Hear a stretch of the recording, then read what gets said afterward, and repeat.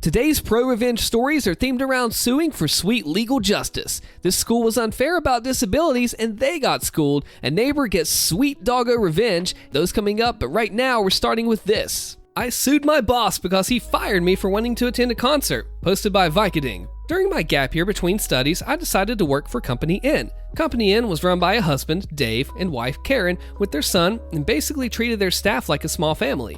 All was well for about 2 months until I realized I had to take a day off since I wanted to attend the last Slayer concert the band would give in my country. There was about a month to go, so I sent an email asking for the day off and explaining why. This is where everything started to go downhill.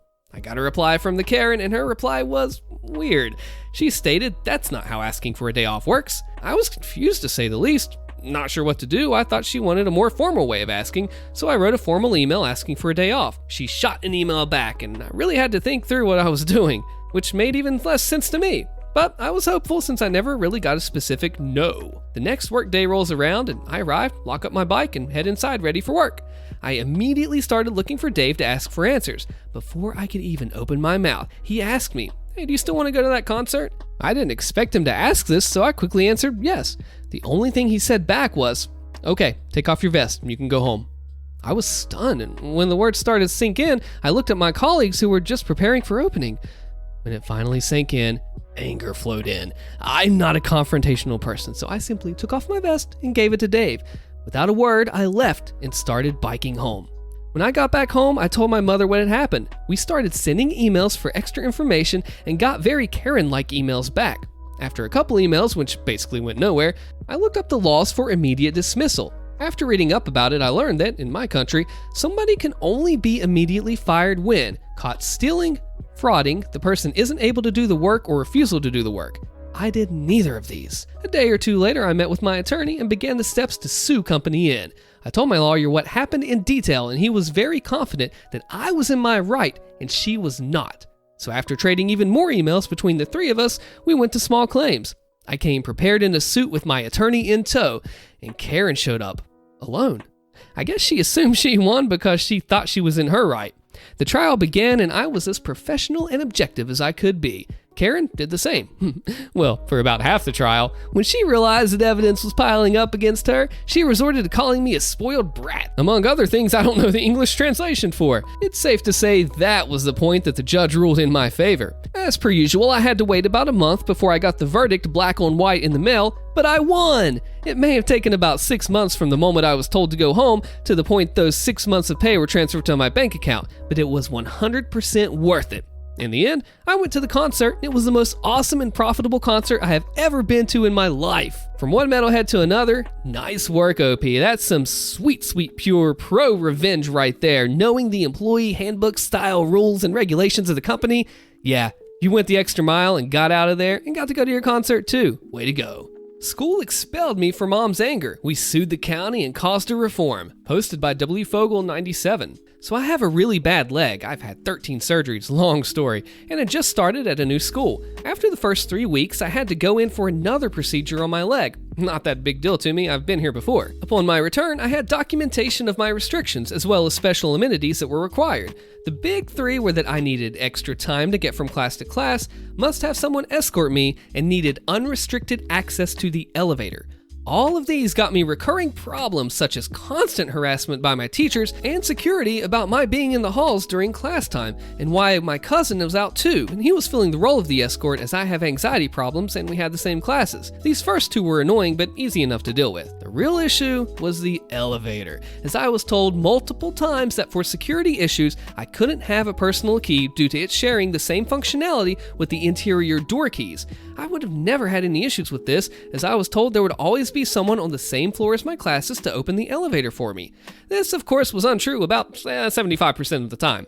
The lack of elevator access meant that I was always stuck in the halls when other students were going class to class and was consistently late due to having to wait for someone to come by and open the door for the elevator. This also meant that I would sometimes be stuck waiting through the entire lunch period, and due to my absences, couldn't afford to simply go to lunch after the fact. After about 3 weeks of this, I was tired of not getting to eat lunch, so I did one of the stupidest things I could have attempted and tried to use the stairs. For context, I was not on crutches, I was on a full-blown walker. About halfway down to the landing, I fell hard. As lunch was letting out, one of my friends found me, got someone to help pick me up, and carried me to the office. Another of my friends went to find my other cousin. The one who normally escorted me wasn't there due to being sick, so I was without escort because I couldn't bear the thought of a stranger escorting me, who, when getting to the office, managed to get me to calm down enough to give them my mother's number. Now, my mother is quite hot-tempered, but can keep a level head normally. When she heard I fell, she was there in record time. When she got there, she immediately asked what happened. I told her I didn't want to miss lunch again, so I tried to use the stairs. Big mistake, as that set off a Tsar Bomba-sized explosive. She immediately turned around and demanded for the principal and the VP to get their butts here ASAP. As soon as the principal and VP walked in, she started berating them in a fashion not suitable for most adults to hear, let alone kids. When the VP made an offhand remark about my condition, my mother was swarmed by local sheriffs that provided security for the school's entrances and office as she physically went after the VP. We were escorted out, and after looking at the file and realizing my cousin and I had the same address, they figured out that I didn't actually live there. Now, my grandmother's address was listed as she looked after me after I left school up until around 8 p.m. She was also raising my cousin after an issue between her and my aunt. They used this as grounds to expel me and told her I can be some other school's problem now. I was then enrolled at the school near my house and had to have yet another surgery to repair the damage that was done as a result of my fall and redo the work of the previous procedure. I had gotten multiple statements from my teachers as well as my doctors, and my parents were moving forward with a lawsuit naming the VP, principal, and the county school board. We were contacted by a lawyer who had won multiple cases against our school board, some of which went to the state Supreme Court, and he told us that he would take our case pro bono. He was getting tired of going up against the board and thought a case like this would be what it took to try and fix their crap. Fast forward 9 months, and I was walking out of court with a settlement to cover all my procedures, as well as a written confirmation that the school would be going through a complete administrative overhaul, and that the principal and VP would be let go and have their administrative credentials revoked in our state. My new school was let known day one of my medical requirements and my need for a personal elevator key by the superintendent and the head of the State Board of Education. Long story short, my school majorly messed up with the handling of my medical requirements, resulting in a lawsuit that cost the head administrators their jobs, as well as a full-blown, county-wide investigation of disability procedures. As the great Ron Burgundy says, well, that escalated quickly. Yeah, you don't go messing around with medical disability stuff and try to cover things up and make excuses and make snide remarks like that. You done messed up, school board district. You done messed up. Neighbor sued me after harassing my dog for months, lost horribly. Posted by DeadJero999. About 6 or 7 months ago, my neighbor got a drone. I don't mind people having hobbies, but for some reason, he insisted on flying like the biggest jerk possible. He would hover in front of other houses and windows, try to race cars going down the road, and worst of all, he had a habit of flying his drone in my fenced backyard, buzzing over my dog, diving low just over my dog's head before circling around to do it again. My dog isn't small, he's about 70 pounds in the Malamute, but the drone terrified him and I was worried what would happen if it hit him. I asked my neighbor several times to please not fly in my yard and explained that it was scaring my dog. He basically told me to get lost and laughed in my face.